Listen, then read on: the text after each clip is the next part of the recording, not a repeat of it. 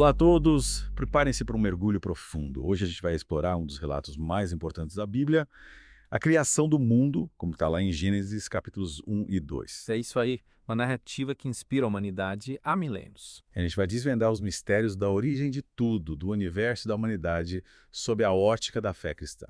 É verdade, essa narrativa ela vai muito além de uma simples explicação de como tudo começou, né? Sim. Ela nos revela a natureza de Deus, o seu poder criador e principalmente a sua relação com a humanidade. E o mais incrível é que mesmo sendo uma história tão antiga, ela continua influenciando a arte, a filosofia e a nossa própria compreensão de quem somos e do nosso lugar no mundo. E já no primeiro capítulo de Gênesis, a gente é apresentado a criação em 6 dias.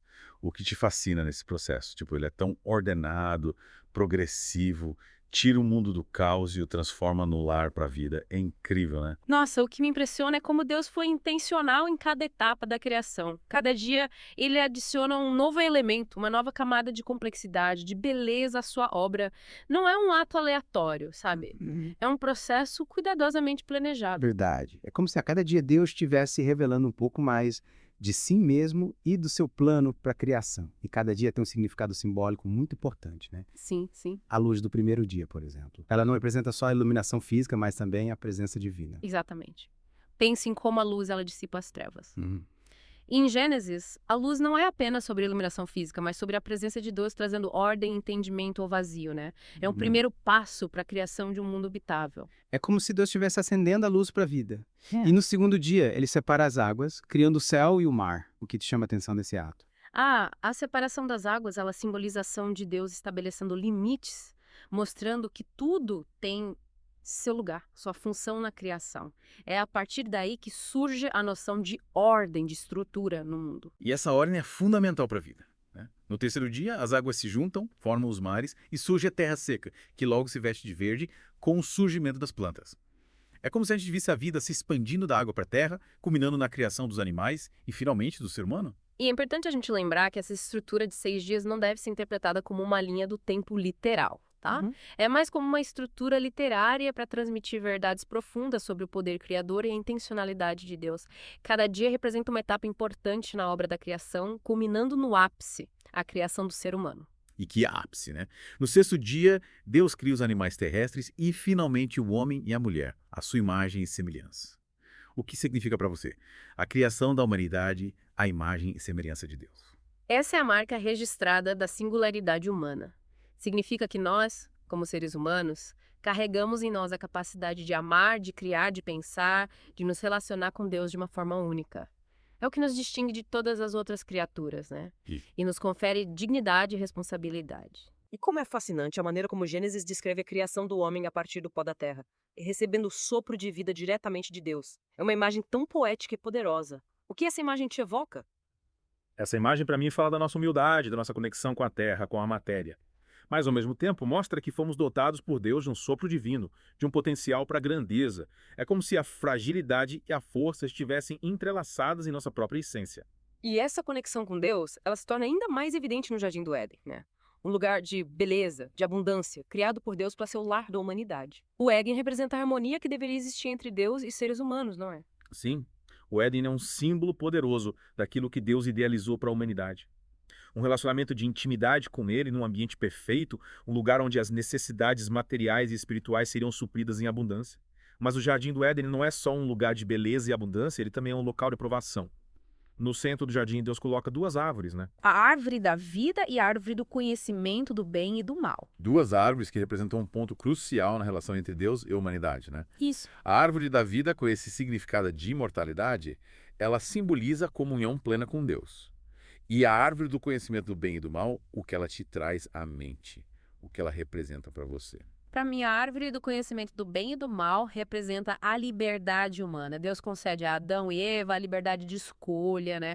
Mas os adverte sobre as consequências de desobedecer o seu mandamento. É como se ele dissesse, olha, eu dou a vocês a liberdade, mas também a responsabilidade de escolherem o caminho certo. E é aí que a serpente astuta, enganadora, entra em cena questionando a ordem de Deus e instigando Eva a desobedecer. O que a serpente representa nesse contexto? A serpente, ela personifica a tentação, a sedução do mal que se apresenta com uma aparência atraente, né? Prometendo conhecimento, poder. Ela semeia dúvida na mente de Eva, levando a questionar a bondade de Deus. E Eva, seduzida pela promessa de ser como Deus, cede à tentação e come do fruto proibido, compartilhando com Adão. É nesse momento que a harmonia do Éden se rompe, dando lugar àquilo que a gente chama de queda, né? Exatamente. A queda, ela representa a ruptura da comunhão perfeita entre Deus e a humanidade. É a entrada do pecado no mundo, trazendo consigo a culpa, a vergonha, o medo, a dor, a morte. É um momento de profunda tristeza, né? Que marca o início de uma nova realidade para a humanidade, uma realidade marcada pelo sofrimento e pela separação de Deus. Mas, mesmo diante da queda, Deus não abandona a sua criação. Com certeza. O amor de Deus é incondicional e a história da criação nos mostra que, mesmo após a queda, ele continua se importando com a humanidade, ele traça um plano de redenção. Né? É como se Deus dissesse: eu não desisti de vocês, eu ainda tenho um plano para restaurar vocês, para reconciliar vocês comigo. E é nesse contexto que a criação da mulher a partir da costela de Adão ganha ainda mais significado. Qual a sua visão sobre a criação de Eva e o simbolismo da costela de Adão? Olha, a criação de Eva a partir da costela de Adão, para mim, demonstra a profunda ligação, a igualdade entre o homem e a mulher. A costela, próxima ao coração, simboliza a intimidade, a parceria, o amor.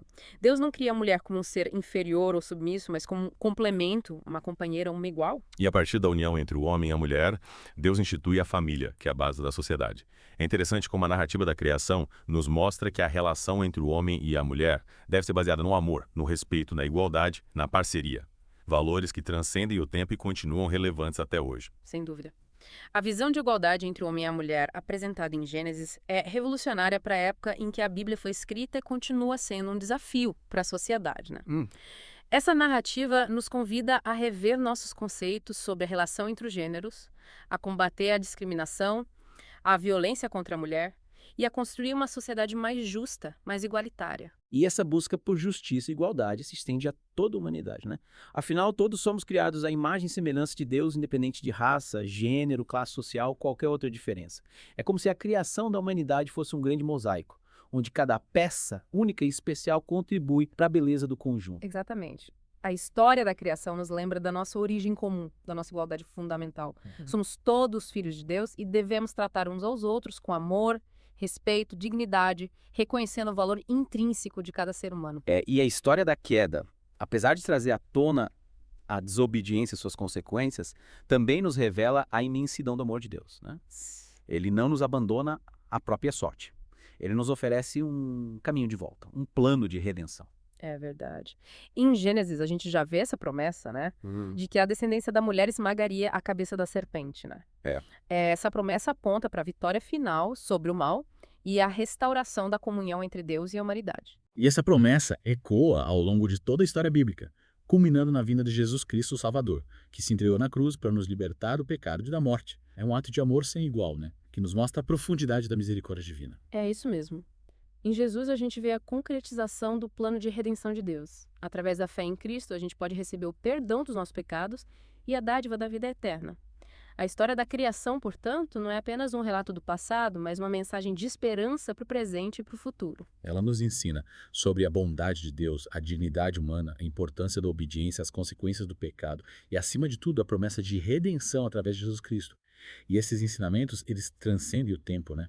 Continuam nos guiando na nossa busca por significado, por propósito na vida. Com certeza. A história da criação nos desafia a viver de acordo com a vontade de Deus, a amar a próxima, a cuidar da criação, a buscar a reconciliação com o Criador. É um convite a olhar para o mundo com os olhos da fé, reconhecendo a beleza e a grandeza da obra de Deus, mesmo em meio às dificuldades, né?